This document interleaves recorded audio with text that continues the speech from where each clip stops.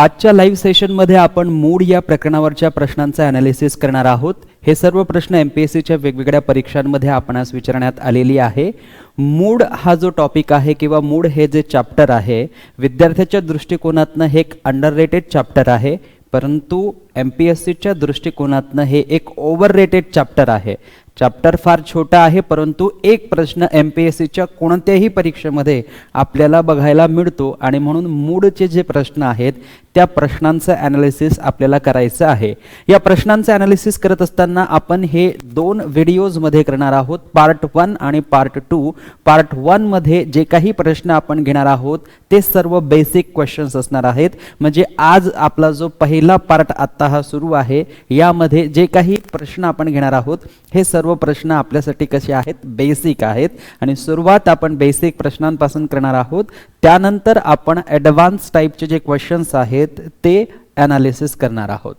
तर आपले online courses अजूनही तुम्ही जॉईन केले नसतील तर SK एज्युकेशन या ॲपवर जाऊन तुम्ही MPSC ऑनलाईन कोर्स किंवा सरळ सेवा ऑनलाईन कोर्स किंवा MPSC राज्यसेवा डिस्क्रिप्टिव्ह ऑनलाईन कोर्स किंवा बँकिंग इंग्लिश ऑनलाईन कोर्स किंवा SSC CGL ऑनलाईन कोर्स, जी परीक्षा तुम्ही देणार आहात, ज्या परीक्षेमध्ये तुम्हाला इंग्लिश असेल ऑब्जेक्टिव्ह किंवा सब्जेक्टिव्ह दोन्ही प्रकारचे ऑनलाईन कोर्सेस सब्जेक्ट वाईज आणि एक्झाम वाईज तुमच्यासाठी SK एज्युकेशन या ॲपवर उपलब्ध करून देण्यात आलेले आहे।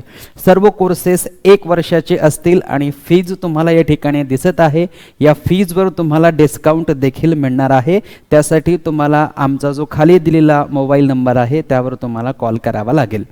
त्यानंतर आपण आता सुरुवात करूया आपल्या पहिल्या प्रश्नाला। पहिला प्रश्न आहे take care of your health, department PSI 2009 ला हा प्रश्न विचारण्यात आलेला आहे। Identify the mood in the above sentence. Take care of your health या सेंटेन्स मध्ये असलेल्या वर्बचा नेमका मूड काय हे आपणास विचारण्यात आलेले आहे।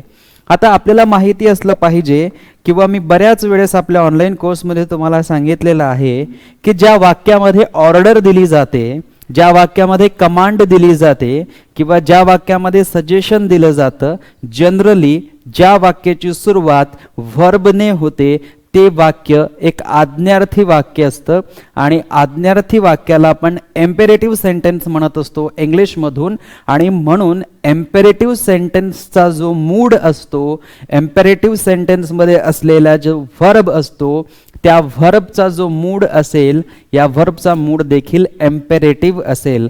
आणि म्हणून take care of your health, तुझ्या तब्येतीची काळजी घे किंवा तब्येतीची काळजी घे, हे काय आहे, एक ऑर्डर आहे, सजेशन आहे, कमांड आहे। सुरुवात मात्र व्हर्ब पासून झालेली असल्यामुळे हे एक एम्पेरेटिव्ह सेंटेन्स आहे।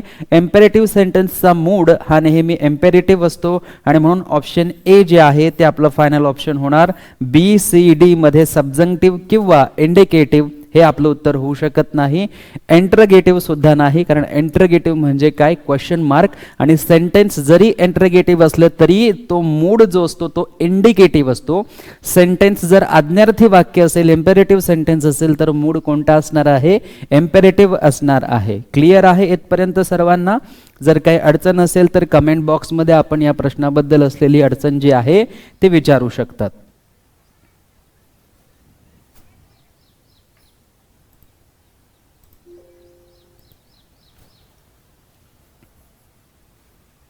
पुढचा प्रश्न आहे आय विश आय वर बिल गेट्स। PSI 2011 ला विचारण्यात आलेला प्रश्न।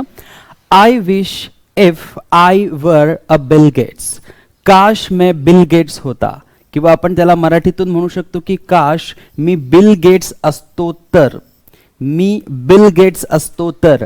बऱ्याचदा आपल्याला निबंधासाठी एसेसाठी वेगवेगळे टायटल मिळत असतात। मी पंतप्रधान असतो तर, मी प्राईम मिनिस्टर असतो तर, मी श्रीमंत असतो तर, मी फुलपाखरू असतो तर, मी पक्षी असतो तर। म्हणजे काय आहे की कल्पनेतून एक इच्छा व्यक्त करण्यात आलेली आहे, कल्पनेतून इच्छा व्यक्त करण्यात आलेली आहे। कल्पनेतून ज्या वेळेस इच्छा व्यक्त करण्यात येते, कल्पनेतून काय व्यक्त करण्यात आलेली आहे, इच्छा व्यक्त करण्यात आलेली आहे। आणि म्हणून कल्पनेतून ज्यावेळेस इच्छा व्यक्त केली जाते त्यावेळेस असलेला मूड जो असतो तो सब्जंक्टिव्ह मूड असतो। आय विश इफ आय वर बिल गेट्स, मी बिल गेट्स असतो तर, ही एक कल्पना आहे. कारण एक व्यक्ती बिल गेट्स होऊ शकत नाही, बिल गेट्सच बिल गेट्स आहे, दुसरा कोणताही व्यक्ती बिल गेट्स होऊ शकत नाही. परंतु ज्यावेळेस आपण अशी कल्पना करतो आणि त्या कल्पनेतून एखादी इच्छा आपण व्यक्त करत असतो, अशा प्रकारचा जो व्हर्ब असतो त्या व्हर्बला आपण सब्जेक्टिव्ह मूड मध्ये घेत असतो. आणि म्हणून या प्रश्नाचं उत्तर असेल ऑप्शन सी, सब्जेक्टिव्ह. एम्पेरेटिव्ह होणार नाही, कारण या ठिकाणी कोणत्याही प्रकारची ऑर्डर, कमेंट, सजेशन दिलेले नाहीये.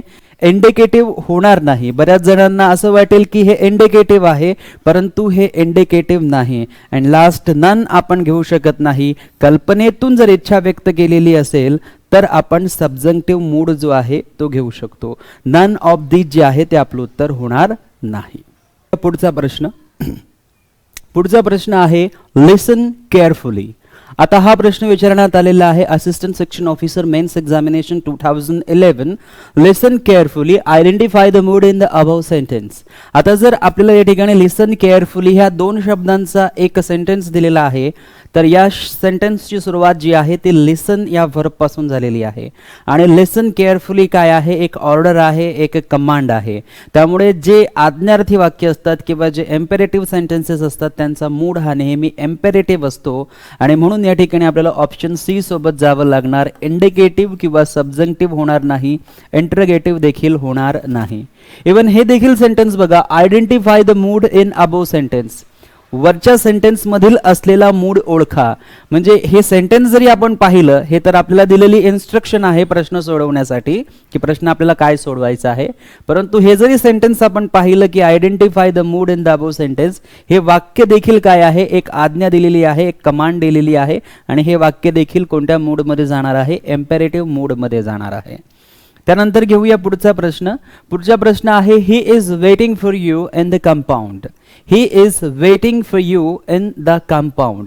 Identify the mood in the above sentence. बघा, कोणतंही सेंटेन्स की जे पॉझिटिव्ह असेल किंवा नेगेटिव्ह असेल, म्हणजे अफर्मेटिव्ह सेंटेन्स जे असेल, कोणतेही अफर्मेटिव्ह सेंटेन्स, कोणतेही सिंपल सेंटेन्स किंवा कोणतेही अफर्मेटिव्ह सेंटेन्स, मग ते नेगेटिव्ह असो किंवा पॉझिटिव्ह असो किंवा इंटरोगेटिव्ह असो, ते प्रश्नार्थक वाक्य जरी असलं तरी देखील ते नेहमी इंडिकेटिव्ह मूड आपल्याला एक्सप्लेन करत असतं. आणि म्हणून he is waiting for you in the compound या सेंटेन्समध्ये ही जी व्हर्ब फ्रेज आहे इज वेटिंग, ही आपल्याला इंडिकेटिव्ह मूड देत आहे. त्यामुळे आपल्याला विचारण्यात आलेलं आहे की identify the mood in the above sentence. Mood हा नेहमी व्हर्बचा असतो. हे वारंवार मी तुम्हाला आपल्या लाईव्ह लेक्चरमध्ये आणि आपल्या ऑनलाईन लेक्चर्समध्ये, आपल्या ऑनलाईन कोर्समध्ये सांगितलेलं आहे. त्यामुळे हा जो इज वेटिंग आहे हा इंडिकेटिव्ह मूड असेल आणि म्हणून आपलं पहिलं ऑप्शन जे आहे तेच बरोबर असेल. आता वरील सेंटेन्समध्ये वेटिंग आहे परंतु वेट नाही, आणि म्हणून वेट हा इम्पेरेटिव्ह मूड देखील होणार नाही. वरील सेंटेन्समध्ये फक्त वेटिंग देखील नाही आणि वेटिंग हा कधी इम्पेरेटिव्ह मूड सुद्धा असत नाही. म्हणजे ऑप्शन मध्येच मुळात चूक आहे, म्हणून ऑप्शन सी जे आहे ते कॅन्सल होणार. आणि इन द कंपाऊंड काय आहे, प्रपोजिशनल फ्रेज आहे. प्रपोजिशनल फ्रेज कधीच मूड दर्शवत नाही. मूड इंडिकेट करण्याचं काम कोणाचं असतं, व्हर्बचं असतं. इथे व्हर्ब कोण आहे, इज वेटिंग, आणि हा कोणता मूड इंडिकेट करतो, इंडिकेटिव्ह मूड इंडिकेट करतो. आणि म्हणून इज वेटिंग हे इंडिकेटिव्ह मूड आपलं करेक्ट असेल. त्यानंतर घेऊया पुढचा प्रश्न. I wish I new her native place. मला तिचा ॲड्रेस माहिती असायला हवा होता. आय विश म्हणजे एक इच्छा व्यक्त केलेली आहे आणि I new her native place, मला तिचं नेटिव्ह प्लेस जे आहे ते माहिती असायला पाहिजे होतं. म्हणजे या ठिकाणी पुन्हा एकदा जर आपण पाहिली तर पुन्हा एकदा इथे आपण काय केलेली आहे, एक कल्पना केलेली आहे आणि त्या कल्पनेतून आपण काय व्यक्त करत आहोत, इच्छा व्यक्त करत आहोत. कल्पनेतून आपण काय व्यक्त करत आहोत, इच्छा व्यक्त करत आहोत. आणि म्हणून असं जर आलं आय विश, हे शॉर्ट ट्रिक लक्षात ठेवायची, आय विश असं जर आलं तर तो मूड नेहमी सब्जेक्टिव्ह मूड असतो. आणि म्हणून या ठिकाणी बघा सब्जेक्टिव्ह मूड जे आपलं ऑप्शन असेल ते करेक्ट ऑप्शन असेल. आता बघा इथे आर्डंट डिझायर आहे, इम्पॉसिबल सपोजिशन आहे, पर्पज ऑफ ॲक्शन आहे, इमॅजिनेशन आहे. आता बघा इथे कल्पना तर आहे, इमॅजिनेशन तर आहे, परंतु इमॅजिनेशनच्या सोबत इच्छा देखील आहे. आणि इच्छा कशी आहे, तीव्र आहे की आय विश, काश मला तिचा ॲड्रेस जो आहे, नेटिव्ह प्लेस जो आहे तो माहिती असता. म्हणजे काय आहे, कल्पनेतून इच्छा आहे आणि इच्छा कशी दर्शवली जात आहे, तीव्र इच्छा दर्शवली जात आहे. आणि म्हणून याला म्हटलं जाईल आर्डंट डिझायर. याला काय म्हटलं जाईल, आर्डंट डिझायर. हा मूळचाच प्रश्न आहे, परंतु हा एक वेगळ्या पद्धतीने आपल्या समोर आणण्यात आलेला आहे. इम्पॉसिबल सपोजिशन, आपण आता याला इम्पॉसिबल सपोजिशन म्हणजे जे शक्य नाही असं सपोज करणं हे आपण म्हणू शकतो, परंतु आय विश लिहिल्यामुळे हे एक डिझायर मध्ये गेलं, त्यामुळे इम्पॉसिबल सपोजिशन म्हणून आपण म्हणू शकत नाही. ॲक्शनचा पर्पज सुद्धा नाही म्हणून पर्पज ऑफ ॲक्शन येणार नाही. इमॅजिनेशन, कल्पना आहे परंतु कल्पनेतून इच्छा व्यक्त करण्यात आलेली आहे म्हणून फक्त इमॅजिनेशन येणार नाही. आर्डंट डिझायर जे आहे ते आपलं फायनल आन्सर असेल. प्रश्न विचारण्यात आलेला आहे assistant section officer mains examination 2012. त्यानंतर बघा गॉड ब्लेस यू. आता बघा या ठिकाणी काय दिलेलं आहे, एक आशीर्वाद दिलेला आहे की गॉड ब्लेस यू. आणि गॉड ब्लेस यू हा एक आशीर्वाद दिलेला आहे म्हणजे या ठिकाणी एक आज्ञा केलेली आहे, एक ऑर्डर दिलेली आहे. आणि म्हणून हा मूड जो असणार, हा मूड कोणता असणार, एम्पेरेटिव्ह मूड असणार. सब्जंक्टिव्ह मूडमध्ये जाणार नाही. एम्पेरेटिव्ह मूड असेल. इंडिकेटिव्ह किंवा नन ऑफ दीज आपल्याला घेता येणार नाही. त्यानंतर जाऊया आपण पुढच्या प्रश्नाकडे. पुढचा प्रश्न आहे behold the dreamer comes. Behold the dreamer comes. आता या ठिकाणी हा जो बिहोल्ड आहे हा व्हर्ब आहे आणि म्हणून कोणत्याही सेंटेन्सची सुरुवात जर व्हर्ब पासून होत असेल तर ते आज्ञार्थी वाक्य असते. इंग्लिशमधनं त्याला आपण एम्पेरेटिव्ह सेंटेन्स असं म्हणत असतो. आणि एम्पेरेटिव्ह सेंटेन्स असेल तर त्याचा मूड हा नेहमी एम्पेरेटिव्ह मूड असतो. आणि म्हणून या ठिकाणी ऑप्शन ए जे असेल तेच करेक्ट असेल. बाकीचे सर्व ऑप्शन्स जी आहेत ती काय होणार, चुकीची होणार. त्यानंतर घेऊया पुढचा प्रश्न. पुढचा प्रश्न आहे आर यू हॅपी. आता बघा ज्या वेळेस आपल्याला एखादा प्रश्न जरी दिलेला असला, हे नेहमी लक्षात ठेवायचं की ज्या वेळेस आपल्याला प्रश्नही दिलेला असेल तर प्रश्न सुद्धा इंडिकेटिव्ह मूड एक्सप्रेस करत असतो. म्हणून प्रश्न असेल तर तो प्रश्न हा इंडिकेटिव्ह मूड दर्शवत असतो. म्हणजे आपण या ठिकाणी आर यू हॅपी, तू आनंदी आहेस का, हा एक प्रश्न आहे. हो मी आनंदी आहे, येस आय एम हॅपी. आता हे दोन्ही सेंटेन्सेस आहेत. आर यू हॅपी क्वेश्चन आहे, येस आय एम हॅपी एक असर्टिव्ह सेंटेन्स आहे. मग दोन्ही ठिकाणी जर आपण पाहिलं तर एक सेंटेन्स पॉझिटिव्ह, एक सेंटेन्स क्वेश्चन इंटरोगेटिव्ह आहे. दोन्ही सेंटेन्सेस इंटरोगेटिव्ह सेंटेन्सेसमध्ये येत असतात. म्हणून प्रश्न असो, पॉझिटिव्ह सेंटेन्स असो किंवा नेगेटिव्ह सेंटेन्स असो, ही सर्व सेंटेन्सेस आपल्याला नेहमी इंडिकेटिव्ह मूडमध्ये घ्यावे लागतात. आणि मग या ठिकाणी इंडिकेटिव्ह ऑप्शन ए बी मध्ये आहे. ऑप्शन ए एम्पेरेटिव्ह होणार नाही, ऑप्शन सी सब्जंक्टिव्ह होणार नाही, नन ऑफ दिस होणार नाही. Indicative is the right option. यानंतर जाऊया पुढच्या प्रश्नाकडे. पुढचा प्रश्न आहे स्पीक. आता या ठिकाणी बघा फक्त स्पीक दिलेला आहे.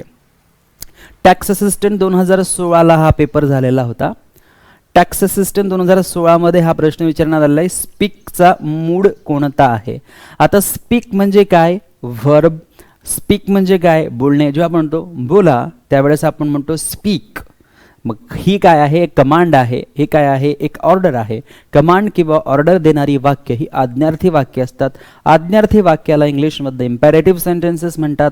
इम्पेरेटिव्ह सेंटेन्समध्ये असलेल्या व्हर्बचा मूड हा नेहमी इम्पेरेटिव्ह असतो आणि म्हणून इम्पेरेटिव्ह सेंटेन्समधला हा जो स्पीक व्हर्ब आहे याचा मूड इम्पेरेटिव्ह असेल आणि म्हणून इम्पेरेटिव्ह ऑप्शन सी बरोबर असेल. बाकीची सर्व ऑप्शन्स जी आहेत ती कॅन्सल होणार, एलिमिनेट होणार, चुकीची असणार. त्यानंतर पुढचा प्रश्न आहे it is imperative that he catch the next train. It is imperative that he catch the next train. आता बघा या ठिकाणी इट इज इम्पेरेटिव्ह असं दिलेलं आहे. त्यामुळे बऱ्याच विद्यार्थ्यांना असं वाटतं की सेंटेन्समध्ये इम्पेरेटिव्ह लिहिलेलं आहे म्हणून सेंटेन्सचा मूड इम्पेरेटिव्ह असेल. असं होत नाही. तुम्हाला वारंवार सांगतोय की जे वाक्य आज्ञार्थी वाक्य असतात, ज्या वाक्यांना इंग्लिशमधनं आपण इम्पेरेटिव्ह सेंटेन्सेस म्हणतो, त्याच सेंटेन्सेसमध्ये असलेल्या व्हर्बचा मूड हा इम्पेरेटिव्ह असतो. इथे जर आपण पाहिलं तर सेंटेन्सची सुरुवात इटने झाली, त्याच्यानंतर इज आलेला आहे, म्हणजे हे इम्पेरेटिव्ह सेंटेन्स होऊ शकत नाही. त्यामुळे बरेच जण जे इम्पेरेटिव्ह मूड असं ऑप्शन देऊ शकतात त्यांचं हे ऑप्शन होऊ शकत नाही. आता या ठिकाणी आपला जो ऑनलाईन कोर्स आहे त्यामध्ये असलेले जे मूडचे लेक्चर्स आहेत, स्पेशली सब्जेक्टिव्ह मूड मी तुमचा खूप एक्सप्लेन केलेला आहे की सब्जेक्टिव्ह मूड कसा कसा तयार होत असतो. त्यामध्ये मी तुम्हाला वेगवेगळ्या प्रकारच्या चुका देखील कशा होतात ते देखील सांगितलेलं आहे. आणि म्हणून इट इज एम्पेरेटिव्ह नंतर दॅट असेल, त्याच्यानंतर वर्ब असेल आणि वर्ब नंतर प्रेझेंट टेन्स असेल किंवा दोन्हीही क्लॉजेस प्रेझेंटमध्ये जर असतील, हे दोन्ही क्लॉजेस प्रेझेंटमध्ये आहे बघा. इट इज प्रेझेंट दर्शवतो. ही कॅच जनरली आपण ही या सब्जेक्ट नंतर आपण V1 लिहित नाही. ही या सब्जेक्ट नंतर आपण V1 ला S लावतो किंवा ES लावतो, हे बरोबर असतं. परंतु ज्या सेंटेन्समध्ये पहिला क्लॉज संपल्यानंतर, कोणताही पहिला क्लॉज संपल्यानंतर जो दुसरा क्लॉज सुरू होईल आणि त्या दुसऱ्या क्लॉजमध्ये ही सोबत, शी सोबत किंवा इट सोबत किंवा कोणत्याही सिंग्युलर नाउन सोबत, कोणत्याही सिंग्युलर नाउन सोबत जर V1 दिसत असेल तर ते वाक्य सब्जेक्टिव्ह मूडमध्ये असते. मग बघा, पहिलं वाक्य जे आहे किंवा पहिला क्लॉज जो आहे तो प्रेझेंटमध्ये, दुसरा क्लॉज जो आहे तोही प्रेझेंटमध्ये, म्हणजे सब्जेक्टिव्ह मूड होईल. किंवा आपण याला असं म्हणू शकतो की या ठिकाणी हा जो ही आहे, या ही नंतर हा कॅच V1 आहे आणि हा V1 नसायला पाहिजे. हा काय असायला पाहिजे असतो, आपण म्हणतो नेहमी याला S किंवा ES लागला पाहिजे, परंतु तिथे कॅचेस लिहिलेले नाही. म्हणजेच आपल्याला इथे क्लिअरली समजून घ्यायचं आहे की हे जे सेंटेन्स आहे हे सेंटेन्स सब्जेक्टिव्ह मूडचं आहे आणि म्हणून ऑप्शन बी सब्जेक्टिव्ह बरोबर होणार. बाकीचे सर्व ऑप्शन्स जी आहेत ती कॅन्सल होणार. क्लिअर? यानंतर घेऊया पुढचा प्रश्न. पुढचा प्रश्न आहे identify the sentence with the mood different from that of the remaining sentences. म्हणजेच काय की ABCD असे 4 ऑप्शन्स असतील. या 4 ऑप्शन्स मध्ये 3 ऑप्शन्स मध्ये असलेले मूड सारखे असतील आणि एका ऑप्शन मध्ये असलेलं जे वाक्य आहे त्याच्यामध्ये मूड वेगळा असेल, डिफरंट असेल. तर तो डिफरंट मूड दाखवणारा जो सेंटेन्स आहे तो आपल्याला मार्क करायचा आहे उत्तर म्हणून. मग आता बघा, Roshan goes to college regularly. एक अफर्मेटिव्ह सेंटेन्स आहे, सिंपल सेंटेन्स आहे की Roshan goes to college regularly. त्याच्यामुळे हे जे ऑप्शन ए आहे हे कोणत्या मूडमध्ये जाणार, हे इंडिकेटिव्ह मूडमध्ये जाणार. हे कोणत्या मूडमध्ये जाणार, इंडिकेटिव्ह मूडमध्ये जाणार. ओके. त्याच्यानंतर बघा, Roshan writes legibly and speedly. Roshan writes legibly and speedly हे सुद्धा एक अफर्मेटिव्ह सेंटेन्स आहे आणि म्हणून हे इंडिकेटिव्ह मूडमध्ये जाणार. त्यानंतर बघा, Roshan are you okay. Roshan तू ओके आहेस, तू ठीक तर आहेस ना. प्रश्न जरी विचारलेला असेल तरी मी तुम्हाला सांगितलं की ते नेहमी कशामध्ये जात असतं, इंडिकेटिव्ह मूडमध्ये जात असतं. Roshan goes to college regularly. Roshan कॉलेजला रेग्युलर जातो. एक साधं वाक्य आहे, सिंपल सेंटेन्स आहे. कोणतेही इमॅजिनेशन याच्यामध्ये नाहीये किंवा कोणतीही ऑर्डर याच्यामध्ये नाही. त्यामुळे इम्पेरेटिव्ह मूड होणार नाही, सब्जेक्टिव्ह मूड होणार नाही. Roshan writes legibly and speedly. Roshan जे आहे लिहिताना खूप सुवाच्य म्हणजे ओळखता येईल, वाचता येईल असं लिहितो आणि स्पीडली लिहितो म्हणजे फास्ट लिहितो. तर हे सुद्धा सेंटेन्स याच्यामध्ये कोणत्याही प्रकारची शक्यता दाखवली जात नाहीये, कोणत्याही प्रकारची कल्पना नाहीये, म्हणून सब्जेक्टिव्ह मूड होणार नाही. यामध्ये जे सांगितले जात आहे ते कोणत्याही प्रकारची ऑर्डर नाही, म्हणून इम्पेरेटिव्ह मूड होणार नाही, म्हणून indicative mood. Roshan are you okay. Are you okay question आहे, क्वेश्चन इंडिकेटिव्ह मूडमध्ये असतो. मग राहिलं एकच ऑप्शन की जे डिफरंट असेल, मग ते डी असेल. मग बघूया काय आहे. Roshan open your notebook. या ठिकाणी रोशनला सांगितलं जात आहे की रोशन ओपन युअर नोटबुक. तुझं नोटबुक ओपन कर. आणि या ठिकाणी ओपन युअर नोटबुक जे आहे हे काय आहे, इम्पेरेटिव्ह सेंटेन्स आहे. आणि सेंटेन्स जर इम्पेरेटिव्ह असेल तर मूड देखील कोणता असेल, इम्पेरेटिव्ह असेल. म्हणून ओपनचा जो मूड आहे तो काय आहे, इम्पेरेटिव्ह मूड आहे. सो या ठिकाणी ऑप्शन डी जे आहे ते आपल्याला फायनल करावं लागेल आणि फायनल आन्सर आपलं ऑप्शन डी असणार. त्यानंतर घेऊया पुढचा प्रश्न. पुढचा प्रश्न आहे my friend wants it, I shall give it to him. If my friend wants it, जर माझ्या मित्राला हे हवं असेल, I shall give it to him. आता मी तुम्हाला सांगितलेलं आहे की टाईप 0 कंडिशनल सेंटेन्सेस असतील किंवा टाईप 1 कंडिशनल सेंटेन्सेस असतील तर ते नेहमी इंडिकेटिव्ह मोडमध्ये असतात. आणि या ठिकाणी जर आपण पाहिलं तर इफ नंतर माय फ्रेंड जो आहे तो सब्जेक्ट आहे आणि त्याच्यानंतर हा जो वॉन्ट्स आहे, हा वॉन्ट्स काय आहे, व्हर्बला एस लावलेला आहे, एस लावलेला आहे. म्हणजेच काय की हे टाईप 1 कंडिशनल सेंटेन्स आहे आणि टाईप 1 कंडिशनल सेंटेन्स जर असेल तर तो मूड हा नेहमी इंडिकेटिव्ह मूडच असेल आणि म्हणून हे इंडिकेटिव्ह मूड आपल्याला फायनलाइज करावं लागेल. बऱ्याच जणांना असं कळतं की इफ आहे तर सब्जंक्टिव्ह मूड येणार, असं होत नाही. Type 0 conditional sentences, type 1 conditional sentences जे आहेत ते नेहमी इंडिकेटिव्ह मूडमध्ये येत असतात. आता हे टाईप 0 कंडिशनल सेंटेन्स काय आहे किंवा टाईप 1 कंडिशनल सेंटेन्सेस काय आहेत हे सर्व मी तुम्हाला टाईप्स ऑफ सेंटेन्सेस या प्रकरणामध्ये जे रेकॉर्डेड लेक्चर्स आहेत त्याच्यामध्ये सर्व तुम्हाला व्यवस्थित समजून सांगितलेलं आहे. त्यामुळे टाईप्स ऑफ सेंटेन्सेस नावाचं जे चॅप्टर आहे, जे फोल्डर आहे, त्याच्यातले असलेले सर्व व्हिडिओज तुम्हाला व्यवस्थित पाहायचे आहेत. मूडचे सर्व व्हिडिओज तुम्हाला व्यवस्थित बघायचे आहेत. तेव्हा जाऊन आपल्याला हे प्रश्न जे आहेत हे अचूक सोडवता येतील. आणि म्हणून या ठिकाणी इंडिकेटिव्ह मूड असेल, कंडिशनल नसेल, इम्पेरेटिव्ह नसेल, सब्जंक्टिव्ह नसेल. वाक्य कंडिशनल आहे, वाक्य कसं आहे, कंडिशनल, परंतु आपल्याला विचारलं काय आहे, मूड, आणि मूड हा कंडिशनल असेल तर तो सब्जंक्टिव्ह मध्ये जातो. परंतु वाक्य कंडिशनल आहे, टाईप 1 कंडिशनल सेंटेन्स आहे, म्हणून आपल्याला काय म्हणावं लागेल, इंडिकेटिव्ह मूड फायनल करावं लागेल. सो ऑप्शन 1 आपलं राईट ऑप्शन होणार. यानंतर घेऊया पुढचा प्रश्न. Which of the following sentence given in the option is in the imperative mood. आता खालील ऑप्शन्स पैकी कोणतं ऑप्शन आहे की जे इम्पेरेटिव्ह मूड आपल्याला डिफाईन करतंय. आता इम्पेरेटिव्ह मूड काय आहे की ज्या सेंटेन्सची सुरुवात ही व्हर्बने असेल, ज्याच्यामध्ये आज्ञा, कमांड, ऑर्डर दिलेली असेल, जनरली ते आपलं काय असेल, इम्पेरेटिव्ह सेंटेन्स असेल, इम्पेरेटिव्ह मूड असेल. आता इथे प्लीज, कृपया, could I have your glass of water, could I have a glass of water, मला पाण्याचा एक ग्लास मिळेल का. सो ही काय आहे, एक रिक्वेस्ट आहे, ही ऑर्डर नाही. आणि त्याच्यामुळे या ठिकाणी हा प्रश्न विचारण्यात आलेला आहे. प्रश्न विचारण्यात आल्यामुळे ऑप्शन ए आपलं इम्पेरेटिव्ह मूड होत नाही. Give me a glass of water please. इथे बघा सुरुवात कशाने झाली, give, give me a glass of water, मला एक पाण्याचा ग्लास दे. सो या ठिकाणी आपण म्हणू शकतो की हे एक ऑर्डर आहे, एक कमांड आहे, म्हणून बी मध्ये इम्पेरेटिव्ह मूड आहे, म्हणून बी आपलं फायनल आन्सर होणार. I wonder if I can have a glass of water.